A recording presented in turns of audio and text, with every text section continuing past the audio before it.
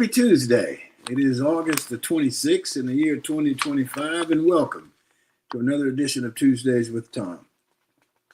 On August 26th, this coming Thursday, the book Just Follow Me, James Owens and the Integration of Southeastern Conference Football will be released by the University of Kentucky Press. Actually, that's today. I thought it was this Thursday, but actually August 26th is today, so the book should be released. The book not only captures the lonesome journey of James Owens, but also takes a deep look into the 1970s integration period for Southern college football, in particular, the Southeastern Conference. James was the first black athlete at Auburn University. He signed with Auburn in 1969. Now, this book chronicles Owens' remarkable life and career from growing up in Fairfield, Alabama, to his first day on the football field at Auburn University.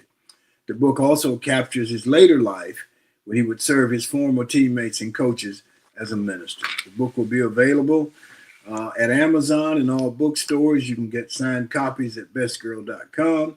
The book is written by myself and Sam Hayes, a former Atlanta Journal-Constitution sports writer, with an afterword written by Owens' widow, Gloria Owens. So our G-list guest for today is Cherith Glover. Cherith Glover Fluker is a Birmingham-based writer, blogger, and content creator. She launched her blog, whatcherithThinks.com, in 2020 as a creative outlet and a way to connect with women navigating life's transitions. We look forward to that conversation. Our show today, of course, is sponsored by the Best Girl Consulting Firm. Let's catch up with Best Girl. Best Girl is a consulting firm that provides customized leadership, access and inclusion, public relations, communications, and organizational consulting services. Clients include Fortune 500 companies, utilities, higher education institutions, small businesses, and associations. Best Girl's team of consultants, led by Joyce Gilly-Gossam, Emily Hedrick, and Sean Jones, partners with business and education clients to promote organizational effectiveness, communication, motivation, and leadership, with always an impact on the bottom line. Best Girl's customized consulting services include strategic planning, corporate communication, executive coaching, fundraising, and economic development. So let's go to our roundtable discussion and talk to Barbara Wiley-Sedgwick and Michael Walker. Good morning, Barbara Wiley-Sedgwick and Michael Walker. How you doing? Good morning. I'm doing well, guys. How are you all? Doing well. Good morning, TG, Barbara. I'm doing about 80% back now. Good. So, that's wonderful, Michael. Good to hear. Good. Thank you. We've been worried about you. Hey, I was worried about me too. So are you still going to the, chiropractor or what? Yeah, chiropractor, 3 days a week. Next week, we're going to drop it down to 2 days and then move on that way. And then she said I can go back to the gym, but I got to start all over as if I've never been in the gym before and work my way back up. Yeah. You have to be careful, Michael. Yeah. You don't want to re-injure what's already damaged, so be careful. Well, that's why I'm taking it very slow, you know, and not going back. Yeah. That's good. So what's going on in your world, Barbara? Oh my goodness, Tom. Everything. I got back from vacation last night, and as you know, today is election day, and I don't know if I've ever been so excited that election day is here and will be over with tomorrow, because the Birmingham mayoral election has been ugly at times, and it's truly exciting.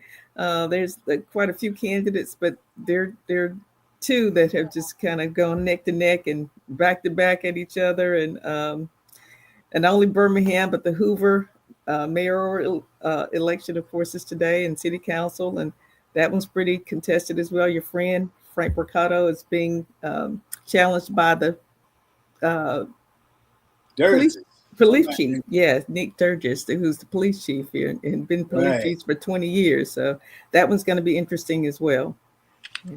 Frank and I went to high school together. Exactly. I know that. Yeah, because he was actually was it quarterback for your high school team? Yeah, he was our quarterback. Okay.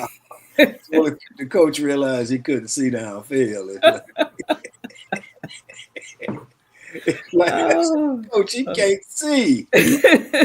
So y'all had a short passing offense? You had a short passing offense. He couldn't see how to get the ball He down ended there. up getting some of those big, thick glasses. Yeah. I think he still wears those. Frank's a good. Frank and Francis, they've been married a long time. Good people. Yes, I wish them well.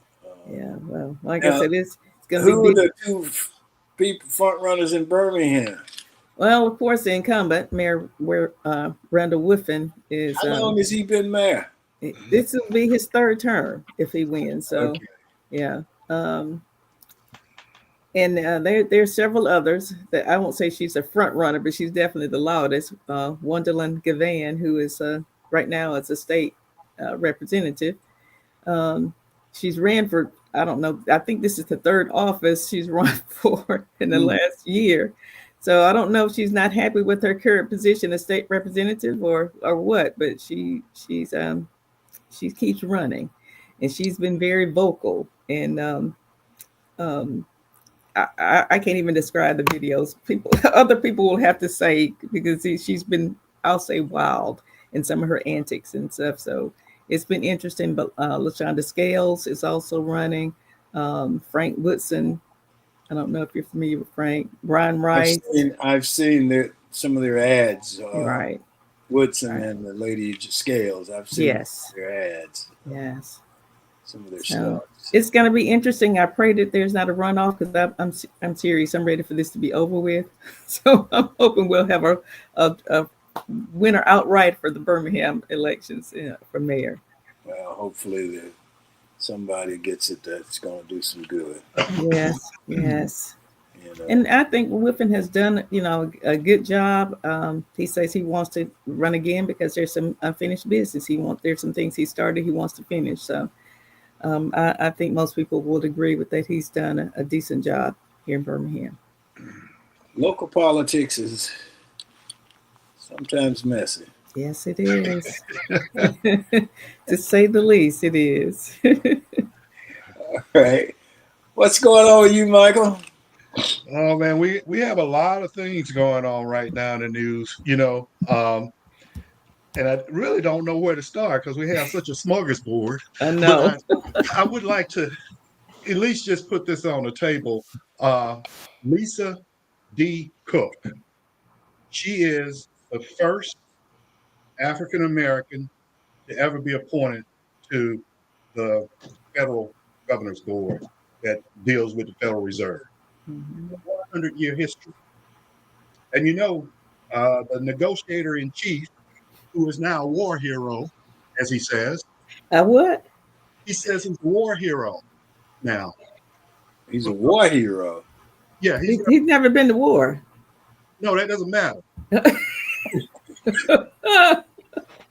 He is going to end the He's Ukraine. not even been in the service. What is he talking about? That doesn't matter. Don't you understand? This is Trump's world. Oh, okay, yeah. We're just renting space here. Yeah. Okay. So enjoy the ride. Yes. Anyway, he wanted to fire Jerome Powell because Powell wouldn't arbitrarily lower the rates to make him look good. And Lisa Cook, who, from what I understand, has been, I think she graduated from Spelman or somewhere here in Atlanta. Yeah. Okay. Well, she has been a vocal critic of the negotiator in chief, and he is now, as of yesterday, he fired her from the Federal Reserve Board, saying that it was for cause, and the cause was because there are 2 mortgage applications that she made that maybe had some information left off or something. I think what it boils down to is they're saying that she filed for a mortgage loan in Georgia and maybe in Michigan or wherever, and she claimed both of them as her permanent living address, which is you can only have one. Now we don't know whether she corrected it. We don't know anything about it, but that's just something that his people have found in her background. Now, this happened before she was appointed. Right. So now, don't you think they did a background check before she was appointed? Yeah, surely they did. Yeah. Okay. Well, now he's saying this is for cause because he can only get rid of them for cause. Right. And so he sent out a social media post saying that she's been fired and he is firing her for cause, and it's because of, I guess, ethics violation as the governor. So you have to write down what your primary residence is. Supposedly that's what it is. When you're getting a loan for a mortgage, you're supposed to be. So I guess each mortgage they ask you, is this your permanent resident? And you say yes or whatever. So that's what it sounds like. Well, and I'm sure she didn't submit those applications at the same time, Michael. She could have had residents at both places at different times. So again, what is the issue? And then people's lifestyles change. Things happen in their life. So she may have applied for this one in Atlanta and it was her permanent address, or she intended for it to be at that time. Right. And then it could have been something maybe with a spouse or something that she moved there and then said, oh, okay, this is my. So who knows? We don't know the real deal. Right. Well, and like I told you, I talked to a guy you and I mutually know yesterday. And I don't want to mention his name and all that stuff, but he lives in Atlanta and his wife is temporarily working in Maryland under contract. And so can they both claim a primary residence in two different places? I mean, I don't know. Yeah. Well, we all know that it's just retaliation. That's all it is with him. Anything he can do to get back black women. Yes, he does. Go after. Well, that's the thing about it. It's ironic that he chose her. Initially he was going after Powell, right? And he couldn't find enough on Powell to legitimately give him a reason to do so. So he looked for her. How did he focus on her? I don't know, but I just find it strange. And reason why I say that, with him taking over DC and sending National Guards and all this type of stuff, and I know there's mixed reviews. I can understand that a lot of times politicians will show a force of strong police presence in order to convey that they are tough on crime and everybody's going to be safe. I get that. I understand that. Okay, but now he's saying he's going to go to Illinois, Chicago. He's going to go to New York. He's going to go to different other places. But it seems to be that all the places that he says he's going to go to are cities that are run by African-American mayors. Yes. Okay. I'm just saying, if it were me and I was Republican and I'm going to show I'm strong on crime, the first thing I do is go to Republican states to give them support and say, hey, I'm here to help you. Okay. Michael, when you look at the facts, the most dangerous states are Republican states. Louisiana, Mississippi, Arkansas, Texas, Oklahoma, Montana, Alabama, Florida, Missouri, Tennessee, all Republican states. And those are the most dangerous states in the U.S. And of course, the safer ones, they may have a few cities in those states that are run by Democrats, but they're Democratic states. They're the safer ones. And it's all, like I said, it's all a retaliation thing, I think. It's all exploit to take over. It's not really about the integrity of the country. No. It's about one man. Absolutely. As he said yesterday, the country, he thinks the country wants a dictator, although he said he's not a dictator, but the country wants a dictator. They're longing for a dictator. This is one American that's not. Okay. Well, I raise my hand and say I don't. I'm voting for. Yeah. Yeah, I heard that. I'm like, okay, whatever. Yeah. And I think that's the attitude that we can't have, the whatever attitude. Yeah. Right. Next thing you know, we'll be in that type of environment. You're right. We're already starting to be there, Tom. And that's I see where the governor of California has stood up and pushed back. Yes. The governor in Chicago and Illinois pushed back. He was pissed off. He like, yes, he was. Don't come to Chicago with that bullshit. That's pretty much what he said. Yeah. Well, this is something else I find quite interesting. You guys know the governor of Maryland, Wes Moore. Yes. Yeah. He's done an excellent job as governor. Yes. You know, and so much so that he's been touted as a possible presidential candidate. Right. Mhm. And I would concur. I've listened to him. I've watched him. He has his stuff together. Trump Right. is insecure with him. Yes, Yeah. And he Trump is. has started attacking him. And at one point he said, "Oh, Westmore, he's okay, but he's not presidential material." How would you know? Yeah, right. Neither is a man with 24 felony counts against him. And he started to talk about it. And this is interesting, is that he was trying to attack Westmore and the city of Baltimore and talk about crime. And he said, "I invite you to come and go with us. Mhm. Come go on a ride along with us so you can see what we're doing." And Right. he's implemented a lot of things. But the thing that I find about him, they talk about people being authentic, that are Mhm. politicians. He said that he focused on crime because he himself was caught up in the system. Mhm. And he turned his life around. And a part of it was because of not having any programs. Tom, when we grew up, there used to be summer jobs for us when we got out of school and stuff. With the city, different places, you could go get jobs and what have you, because they were, Urban League and yeah, places like Right. that. yeah, Right. all of that type of stuff. And he said he made sure that he put those in places, and that has helped drive the crime down because, as a kid, they always tell you, idle minds get in trouble, It's the That's devil, right. it's the devil's workshop. devil's workshop, That's So right. that's what it is. Idle minds is the devil workshop. Well, that's the same thing today if we Yeah, were to look at it. I agree. Yeah. And a lot of the young, especially the young men, I'll say that. They're looking for something to do in the summers and when they're out of school. And if you have programs, I mean, there were programs. Back then you looked in the newspaper, and that's how you found out where you wanted to go look for jobs. But I remember the Urban League had a program, and you could go, and they had companies would work through the Urban League to hire young people. And I ended up working with them a couple of summers, and so I don't know, and you just I think it's been put in place that the only person you can believe is me. That's what's been put in place, and no, man, you know that's not the way it works. And uh, I don't know if you saw this, but the man didn't know what the Declaration of Independence was.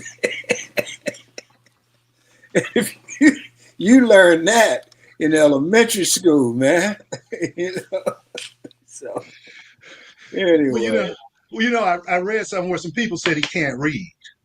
And I'm not saying, just anybody out on the street, but these are people that have been around him have said they're not sure that he can read and stuff. And because of them giving him something, and he just kind of looks at it and passes it on or something like that. So I don't know. Uh, well, Tom, let's talk about the elephant in the room. It's college football time. okay. Okay. Our friend Red Zone Robbie is going to be the starting quarterback at Wake Forest.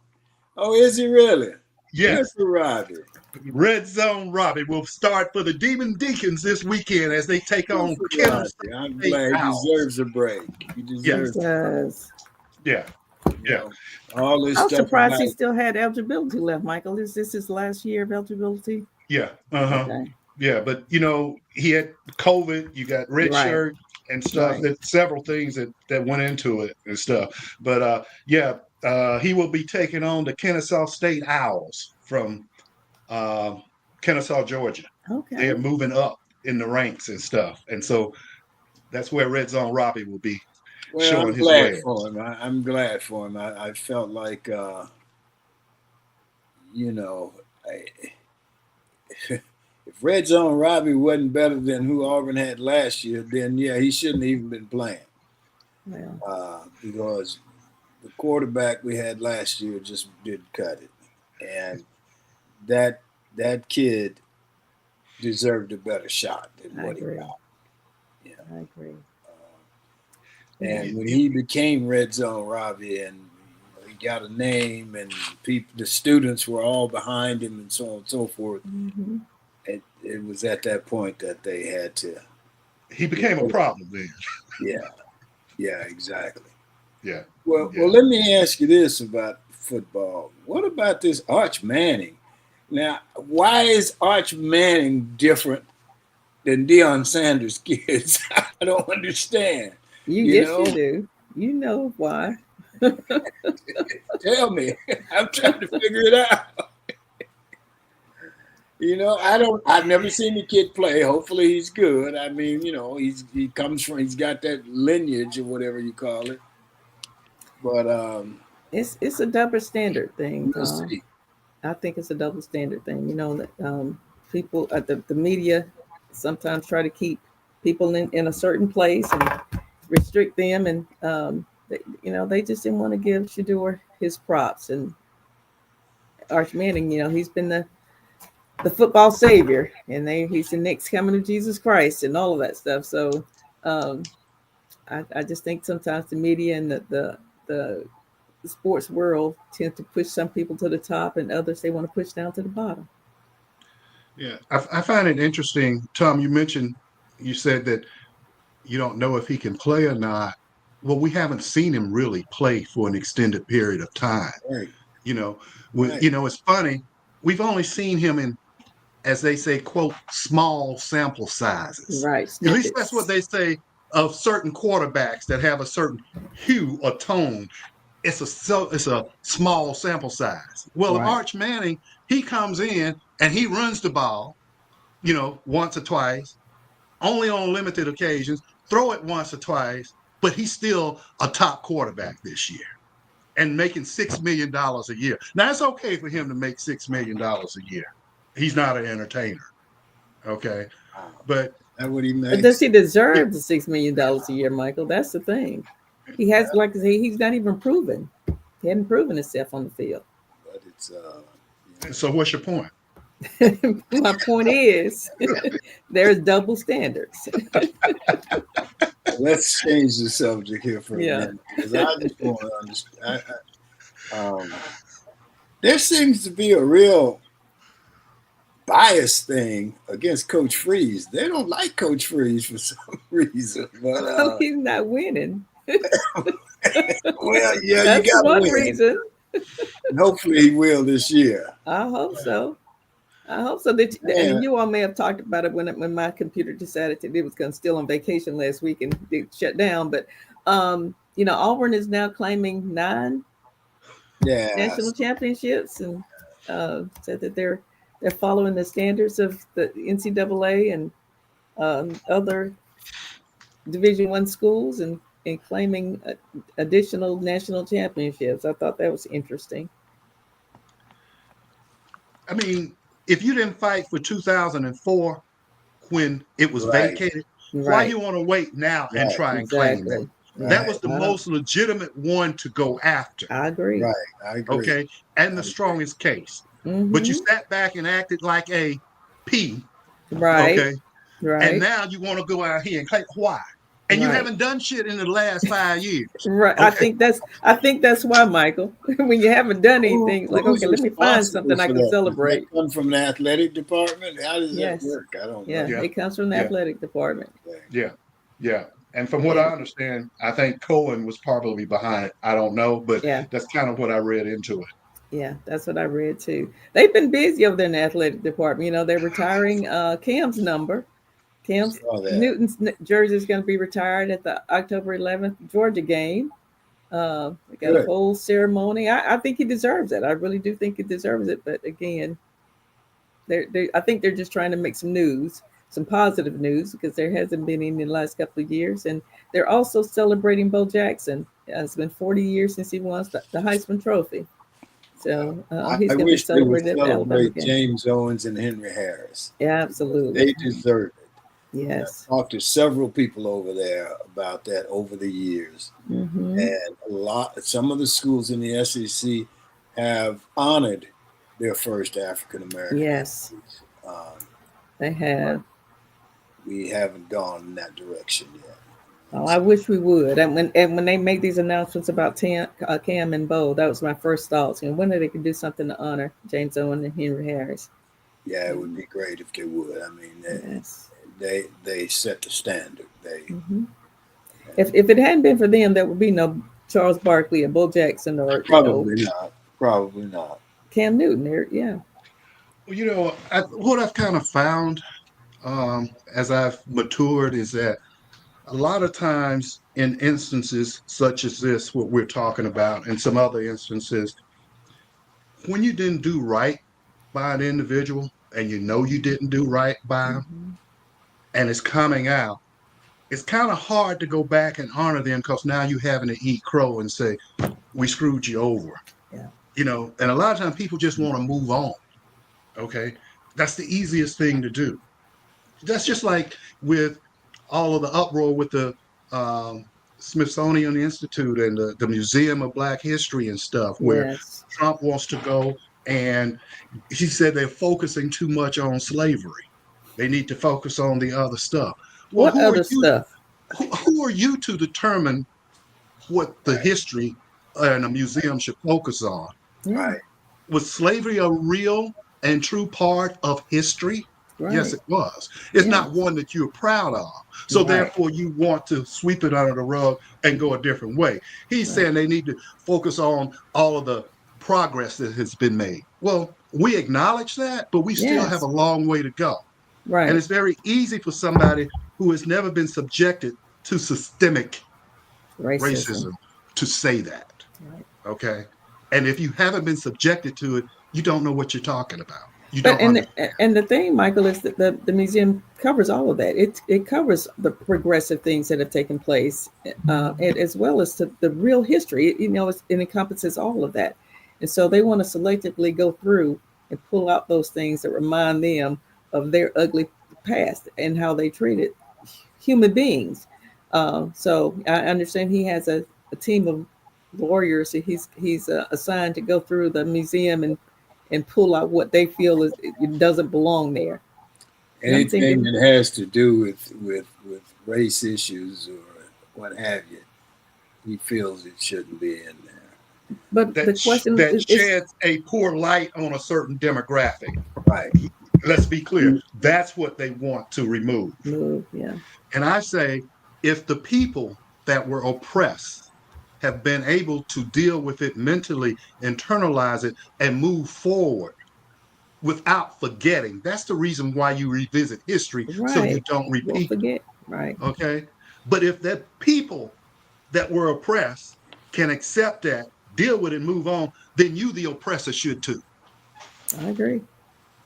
Yeah, and it just seems as though to me he finds things that are just naturally divisive Yeah, exactly. and that set people against each other. Mm-hmm. And I say this almost every show, but the greatest trick the devil ever did was to convince people that he didn't exist. Right. And I think that's where we are with that. It's like that woman at the Feds.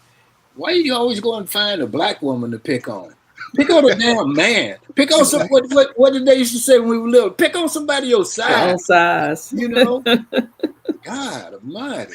Can't do that. But one thing he'll learn, and I think we all know, and I'm gonna excuse my language, but you don't fuck with some black women. I'm telling you, Right. they'll kick your behind. Right. Well, speaking of that, and this would be the last thing I say, he doesn't mess with Michelle Obama or Omarosa. Remember Omarosa that was on The Apprentice? Yes. And she was at the White House? Omarosa. Yes. He didn't, Omarosa. He didn't mess with her. Yeah. He didn't mess with Michelle Obama. Right. Yeah, he's anyway. So what else do we got? Let's see. A lot of people are canceling their engagements at the Kennedy Center because he put himself in charge of it. And people said no. It has to, and one of the things when you go back and you look at his history, especially in New York, supposedly he had the money and he had this and that, but he never had the status. He never had. They didn't accept him as a legitimate, as a leader. Right. And I think that bothers him.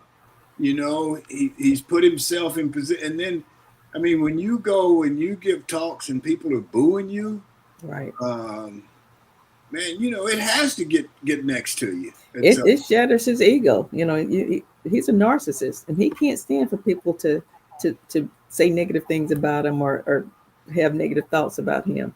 And he's always trying to make himself look better. That's why he removed Obama's picture from the White House and has it hidden in a hidden stairwell somewhere. You know, because and does that truly make him look better, or does no, it make it doesn't. Him look but in his mind, it makes him look better because he in his mind he's not being compared to Obama anymore because he's putting him out of sight and out of sight, out of mind in his feeble mind. So you know, narcissists think differently than most of us. And don't forget, a lot of this is contrived distraction as he get ready to pardon Ghislaine Maxwell. Yes, Yeah. yes. And that's coming. That is coming. That's coming. Mm-hmm. Yeah. You know, and that what's her name? The woman who used to be in Florida stood up at one point and said they were going to release everything and so on and so forth. Mm-hmm. Bundy. He said, no, we're not going to do that. Anyway, all right. Anything else? Let's go to Sean. I think she's got a minute for us. Sean, you out there?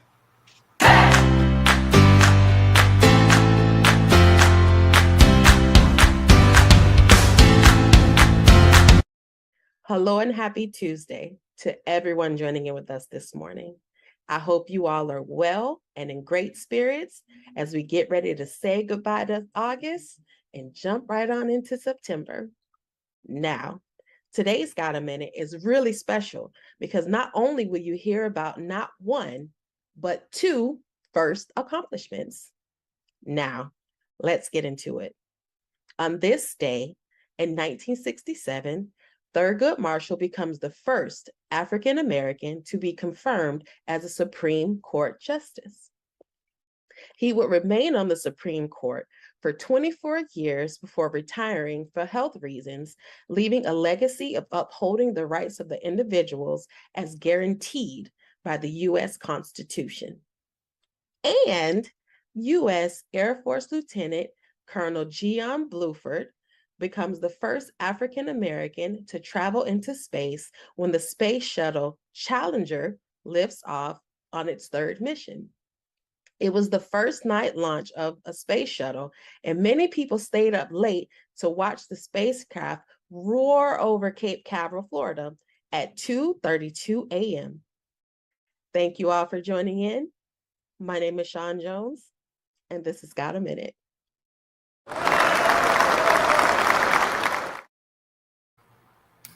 You did that first thing. Now we'll probably get a letter saying we need to remove you from the Got a Minute because you talking about diversity issues. So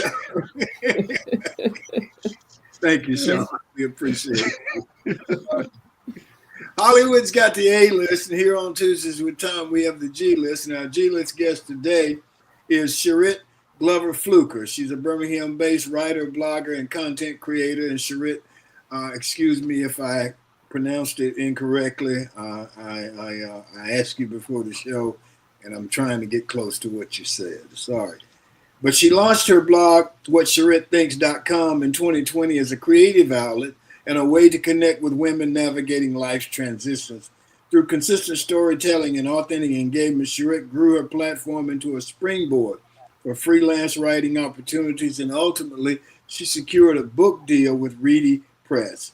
Her debut book, Secret Birmingham, A Guide to the Weird, Wonderful, and Obscure, explores some of the city's most fascinating hidden stories and overlooked places. So let's bring Cherith home and hear about some of these odd and interesting places. Good morning. Good morning. How are you this morning? I am doing very good. How are you all doing today? We're doing great. We're Well, having Doing fun. Great, great. great. So let me let Barbara start with you, and Okay. you and Barbara kick off the conversation here.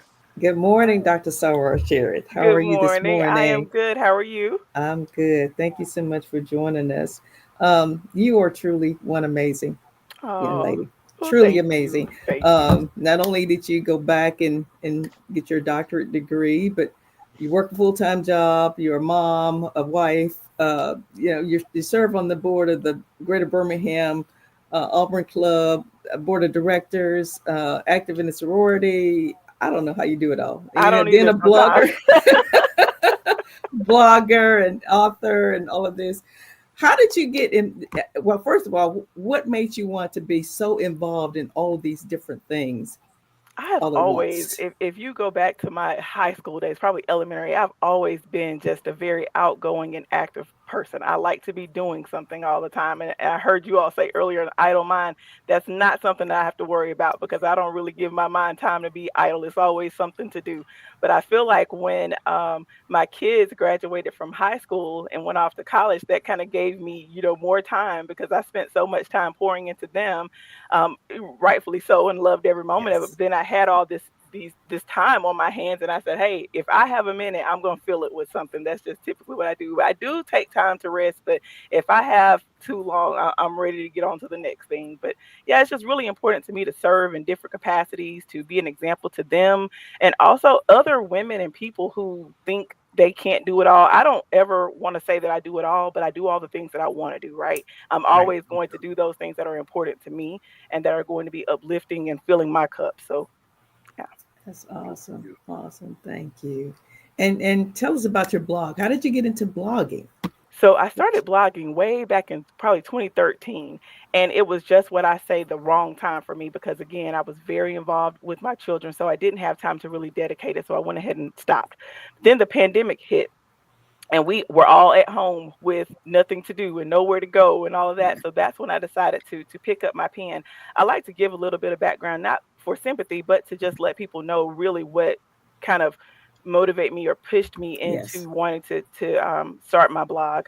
I lost my parents right before the pandemic, 2019. I lost my father in November of 2019, and then 3 months later, I lost my mom. So there was just a lot. And then my youngest child was headed off to college that very next year. So I just knew that life was going to be very, very different for me. A lot of things thrown my way. And so spent a lot of time in therapy and grief counseling. And one of the things that I kept going back to that brings me joy is writing. And so I used that time when I had all this time on my hands to start writing. And I tell people I started my blog selfishly, started it for me. It is Mhm. what really helped me to get through a really difficult time in my life. And it just so happened that it was also what other people needed too. So it picked up traction. I started Yes. out talking mainly about self care. Spent a lot of time writing about topics of, grief, of, taking time for you, filling your cup, doing all of these things. And people said, "Hey, I love this. I want more of this." So I began writing more and more. I kind of got into travel writing about 6 months after I started my blog. A friend of mine had an opportunity to write for Gulf Shores and Orange Beach, and she wasn't able to fulfill that obligation. So she came to me and asked, "Do you do any travel writing?" And I was like, "Well, I mean, I had never done it, but hey, yeah, I can travel, I can write. Let's do those things together." Right. And got the bug. I did it that one time, and it went well. And I just from then on really started plugging into travel writing courses and connecting myself with people who were travel writing writers, learning more about the trade, and just kind of took off from there. So now I call myself a self care and travel writer. And if we're going to talk about how I kind of got into the book, I spent all that time writing about probably about 3 years writing about other destinations, traveling to other destinations and telling people why they should go there, what's cool about this place. And then it kind of hit me. There are things, someone asked me a question about Birmingham that I really couldn't answer. I had to go and do some research to find out. And they were like, "Well, don't you live close to Birmingham?" I said, "Well, I do." And, I thought about I spent all this time writing about and talking about other places. I need to shine some light on my own state and on my own area. I live in the greater Birmingham area. So I was like, hey, let's do that. And then also, again, through those connections, talking to people who had written books or who had done things similar to what I was trying to do. So networking is a big piece in this. I asked, how did you get into this? How did you get this book published? And they let me know, hey, here's, Reedy Press, they accept authors. So I pitched an idea. And I like to laugh about this because the idea that I pitched to them initially didn't quite align with what they had in mind. But Mhm. he really liked my personality. He said, I would love to work with you. He said, I want to work with you. And here's what I need. Here's what's missing from my portfolio of travel guides. And so I kind of went back and forth about whether or not I was the right person to write a book about Birmingham because I don't live in Birmingham proper. And I wondered if people would be like, well, what's she doing writing a book about Birmingham? But Barbara, you said some things, I serve on the board of directors for the Greater Birmingham Armor Club. I'm in the Birmingham alumni chapter of Delta Sigma Theta, worked in Jefferson County for several years. I'm like, yeah, I can do this. My parents worked in Birmingham. I spent my childhood going to Birmingham anytime we were getting school clothes or celebrating for Right. birthdays or whatever, because I'm from Talladega and we didn't have a whole lot of things there, but we were really close to Birmingham. So, we spent a lot of time there. So I said, yeah, I can do this. And I'm so glad that I didn't count myself out because it was such a great experience for me. That's Well, awesome. we're glad you didn't count yourself out as well.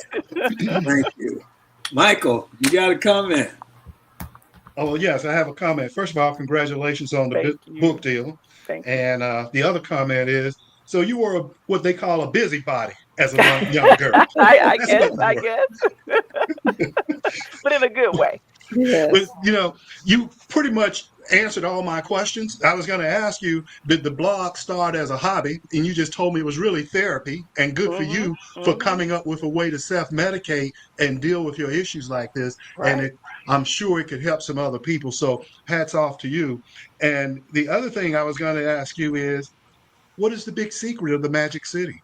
Ooh, there's a lot of them. There's a lot of them. And I feel like a lot of people, especially people who are from Birmingham, will flip through the book and they'll say, well, this isn't a secret. But I want people to really dig into the book and say, but did I know this thing about that? Or I wanted Right. to spark interest. I give the example that I give everywhere is the Statue of Liberty replica on 459. I asked multiple people why that was there. Why do we have a Statue of Liberty in Birmingham? The Statue of Liberty is in New York, and nobody could tell me. None of the people that I asked could tell me. And so those are the type of secrets that I went to uncover. I wanted to say, what is this statue here? This building that's here, the old Powell School. People see it there and they think, this is an eyesore, but what is the story behind it? Why is that building still standing? What's the history there? So I spent a lot of time doing that. There are a lot of things that I feel like get overlooked. We know a whole lot about the civil rights history in Birmingham, and we are so proud of that. And there is so much more to Birmingham story that I think people just don't really dig into. Just a lot of different things that I went on a mission to find out about the city so that when we're in airports or when people are asking us about Birmingham, we can, combat some of the negative things that they have to say with all Yes. the positive history that we have right here in the Magic City. So why do we have a Statue of Liberty in Birmingham? You got to read the book, Michael. You got to read That's right. the book. I love it. Go ahead, Officer. You got to read the book, You got brother. to read Right. the book. So when I You was like writing to. the book, my husband joked because he would hear me on the phone telling my really close friends about things in the book. And he was like, baby, if you tell all the secrets, nobody's going to have to buy the book. So you got to buy the book. You're promoting When it I right was now. So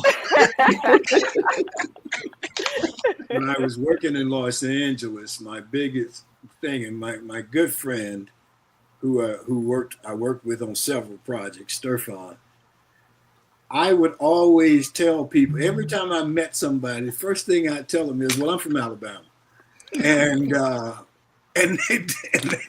it always started a conversation. They wanted to know more, and so I think when you from Birmingham area, as you say, we have a tendency to buy into the fact that we're not worthy because of the past. And but when people come there, they have an interesting and great time. There have been a couple of shoots there, film shoots, and the people who came really enjoyed themselves and really loved what they saw.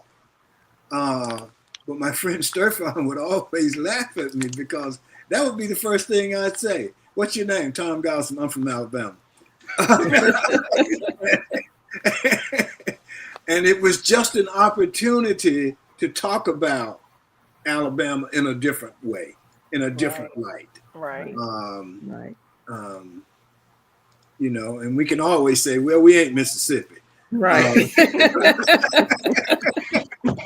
But anyway, Barbara, Michael, you got another question? You know, it's funny. Tom and I, we have a lot of inside jokes, but every time he tells somebody he's from Alabama, it reminds me of when he was playing with Buffalo and had a little altercation. And then they say, yeah, you from Alabama, y'all crazy. Yeah, he did. This guy said, man, you from Alabama. I said, y'all crazy down there. Yeah. I hit him in the head with Remember that garbage cans because we got into it. But yeah. Tom hit him with a garbage can.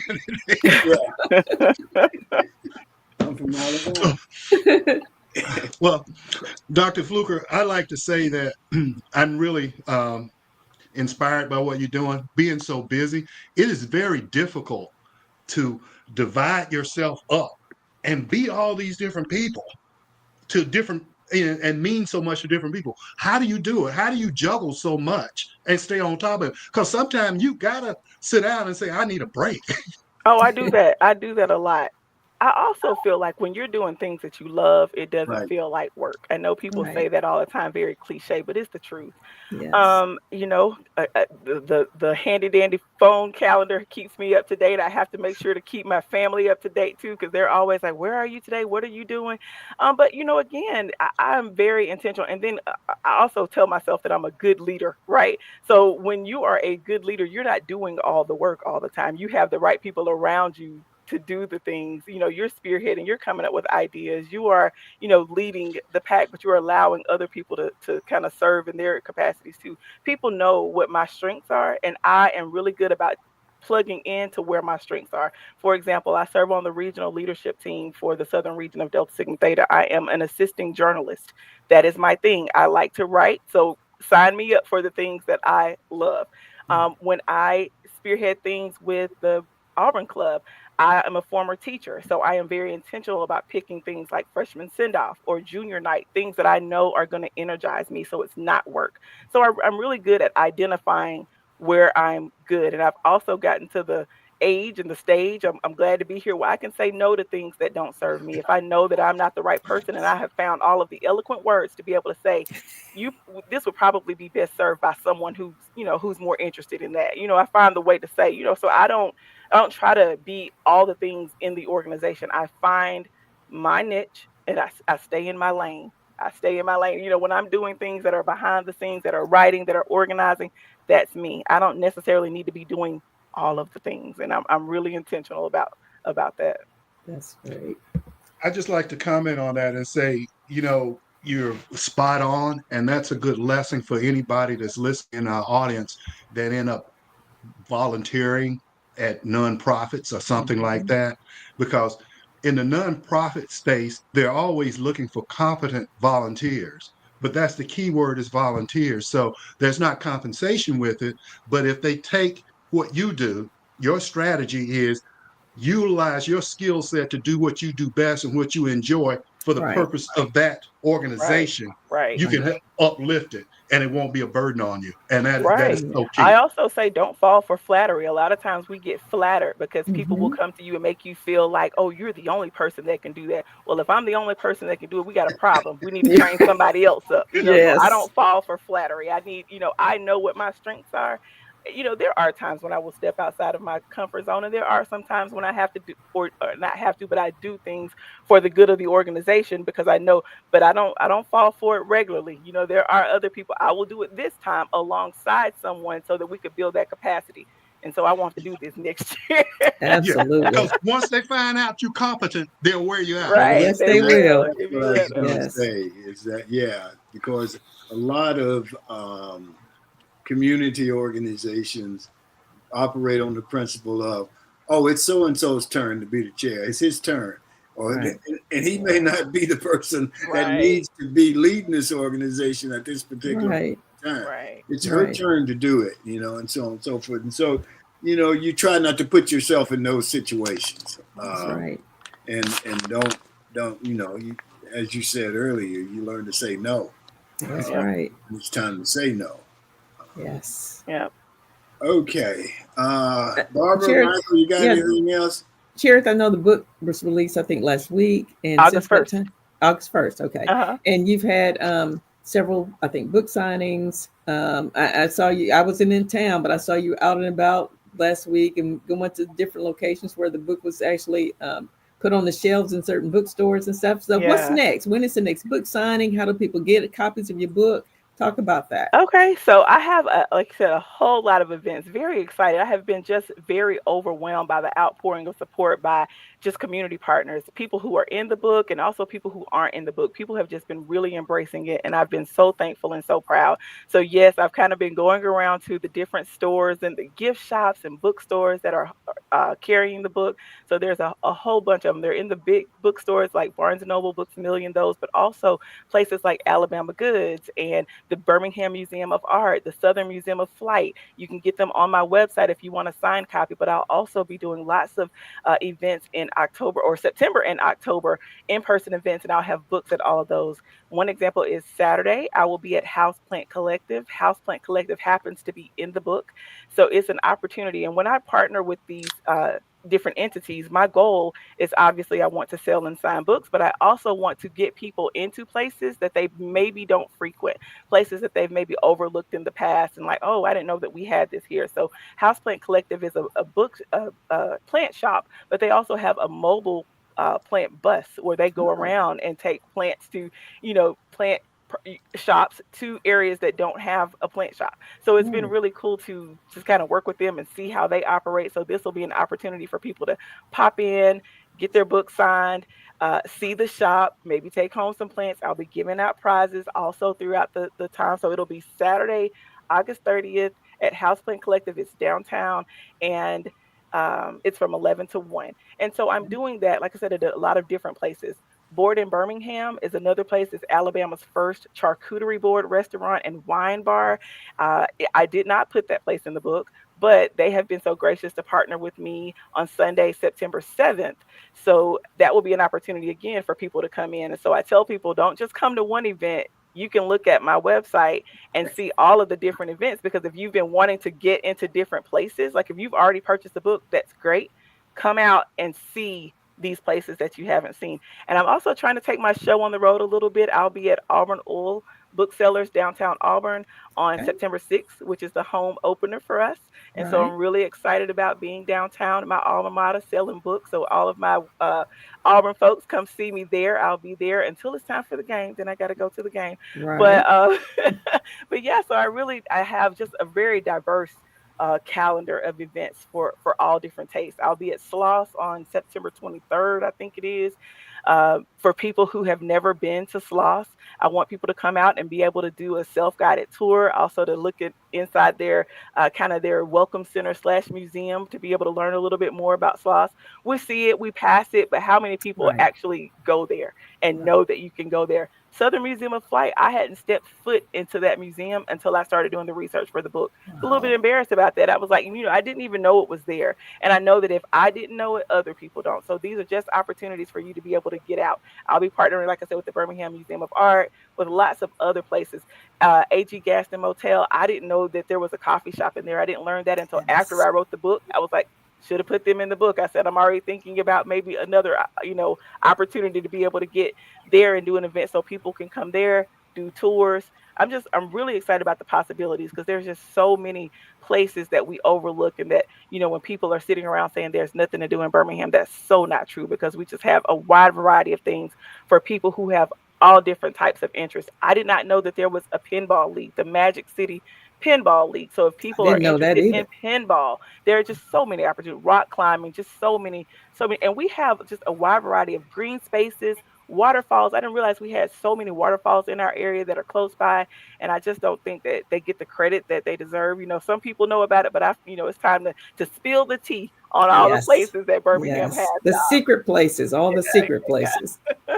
And what is your website? How do people They find just you? actually popped it up. I love to see that. It is whatcherith.com. And if you Mhm. go there, you'll see an events tab. You'll also see a shop tab where you can get the book. And if you want a signed copy, there's a certain link on that shop page where you can get a signed copy, and I will send it to you. But I would love to see and meet people. So please look at the events page and come to an event so that I can, thank you personally and get you out to some of these great places in the Magic City. Absolutely. All right. Well, thank you, ma'am. Anything Thank else you. from you, Michael, Barbara? All Yeah. right. Well, thank you very much. We Well, thank appreciate you. you. Absolutely. Yes. Yes. And Absolutely. best of Thanks so luck much with for having all me. of it. I appreciate it. And War Eagle. War More Eagle. eagle to you. All right.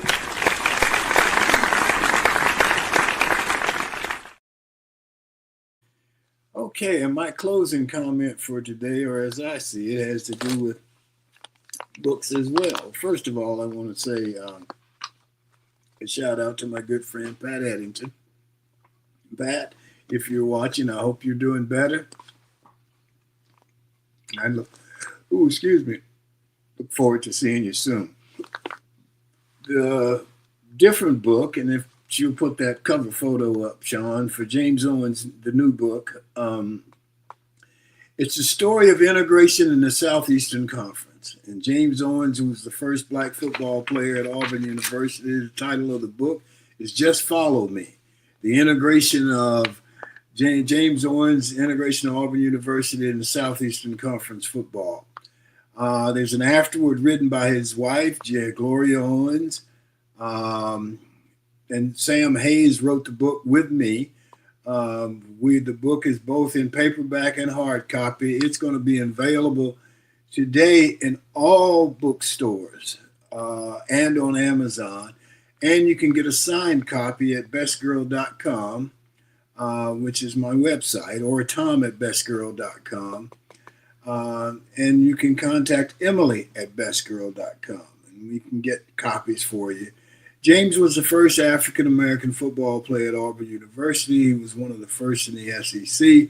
The book is about the integration of the Southeastern Conference, which is recognized as probably the strongest conference in the conference. It's at all bookstores, and you can get a signed copy at bestgirl.com, or Sean at bestgirl.com, or Emily at bestgirl.com. We'll make sure we get you a signed copy. Please put that photo up, please. That's the title. That's the cover page for the book. James was a wonderful man. He's one of my roommates for a while, and I think he deserves all the praise, and actually deserves more than that in terms of what the university can give to him and his family.